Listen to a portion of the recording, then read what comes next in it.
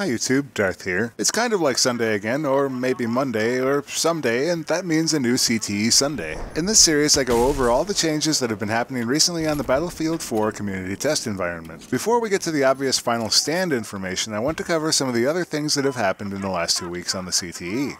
The first thing DICE LA rolled out this week was an improvement to soldier physics. You might have noticed since the CTE patch that you're getting caught on relatively small objects all over in Battlefield 4. These were problematic before, and since the patch they've cropped up in a lot of new places. This happened supposedly because of animation changes that DICE LA made in the fall patch. Well, in order to cure these problems, DICE has implemented an improved soldier physics system. This means that the game has an all-new rule set for how it allows your soldier to run up and over objects. Hopefully this translates to no more snags, but DICE LA is looking for feedback on the new system, particularly when it comes to running up objects that you might not used to have been able to run up. Since Final Stand was on the CTE for most of the week, I didn't really have a chance to go and try this on the old maps for comparison. So I really only have anecdotal evidence from the CTE to say I don't remember running into these problems on any of the Final Stand maps. A bit of a change to medbags, that's the big ones, went in this week where they will no longer heal suppressed players. Before, it would not start healing you if you were suppressed, but wouldn't stop unless you had taken damage.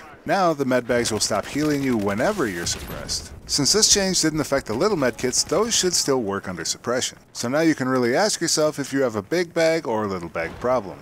Love it or hate it, the ready system got some changes this week. No longer can players spawn directly into vehicles during the countdown portion of the start of the game. Vehicles just don't spawn until the timer is completed. This leads to a couple of things. First, pilots can't zip themselves over to a prime location at the start of the map. Second, you'll see a lot of people who don't know what's going on spawning as infantry at the start of the round and then scrambling for vehicles. The last part reminds me of a flashback to previous Battlefield titles, but I think once people figure it out, we may see less of it. Some improvements went into the FLIR and IRNV scopes and sights this week. First, DICE fixed the issue where these would suddenly render in 3 times brightness. Additionally, heat signatures now show up more clearly and much more clearly against snow. Don't think like they're suddenly the end-all be-all of scopes though, because they still have some serious drawbacks. Firstly, they don't show heat signatures nearly that well, and especially not at range with the IRNV. Second, both of these scopes still suffer from visual recoil as DICE never changed these. However, they will have a very niche usefulness on Blizzard maps like Operation Whiteout. Some other fixes that were put in independent of the Final Stand fixes were, the red parts and sights were made to work much better against bright backgrounds, and vehicle hit markers were fixed when hitting limbs or heads. And then there was Final Stand. Final Stand has been available on the CTE for the better part of the last week and will be departing after Sunday the 18th. DICE LA mentioned that it also may be available if they extend through Tuesday, but don't hold your breath. A few weeks back, we got a first look at Final Stand and the community had a lot of feedback for DICE to consider. Since then, there's been a lot of polish work, particularly on the maps in the Final Stand DLC. On Operation Whiteout, I think one of my biggest early complaints was that the map was too large and that there simply wasn't enough cover or ways to get from the furthest points of the map to the center. That has changed as DICE has made it easier for infantry to take cover while tromping through what is still a half mile of snow. I still don't think this is going to be a favorite of mine, but it's definitely improved quite a bit over its previous incarnation. With Hangar 21, they've added some more cover next to Echo, and they've added an additional pod launcher to get around.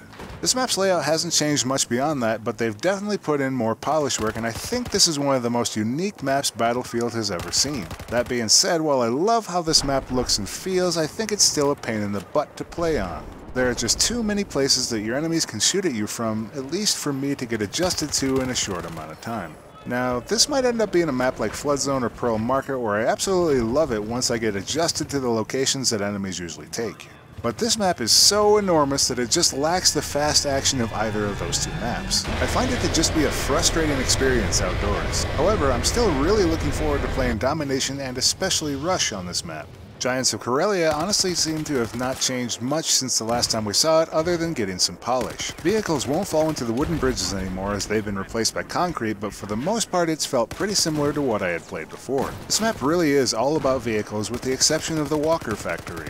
The map continues to be exceptionally large, so be sure to hop in a vehicle to get where you need to go. Like Hangar 21, I think this will be a domination map for me. Finally, Hammerhead has also not changed much since the last time we saw this map. There's a lot more polish, especially in and around the center of the map, and it continues to be my favorite map from the Final Stand DLC and Conquest simply because of the way the map flow feels natural and really challenges players to change up their game depending on where they are playing.